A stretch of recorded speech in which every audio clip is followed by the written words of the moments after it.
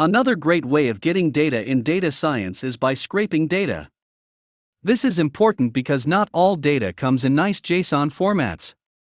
Not all data is built for access, and so sometimes you have to get creative in how you access the data.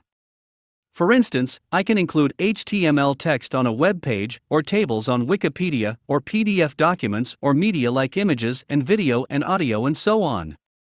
Also, there's Word documents and there's PowerPoint presentations, and any number of sources that have data that do not come in a nice package for importing into Python or R.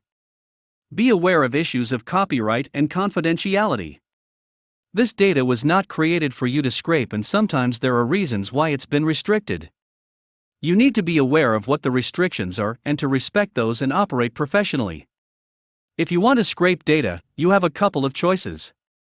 One is use ready-made tools. For instance, import.io. That's both a web address and it's the name of a tool that makes scraping data from web pages very easy. ScraperWiki and Tabula also make this easy. In fact, in Google Sheets you can simply use the =import__ command to pull data out of a table, and even some versions of Excel make this possible. Or, you can use custom tools. You can scrape data through R, Python, Java, or PHP. Any of these will make it possible for you to access data and manipulate it in the ways that you need to get it into an analyzable format. In conclusion, scraping works when APIs don't exist for the data that you want to work with. Also, you can use specialized apps that were created for scraping, or you can code in your language of choice.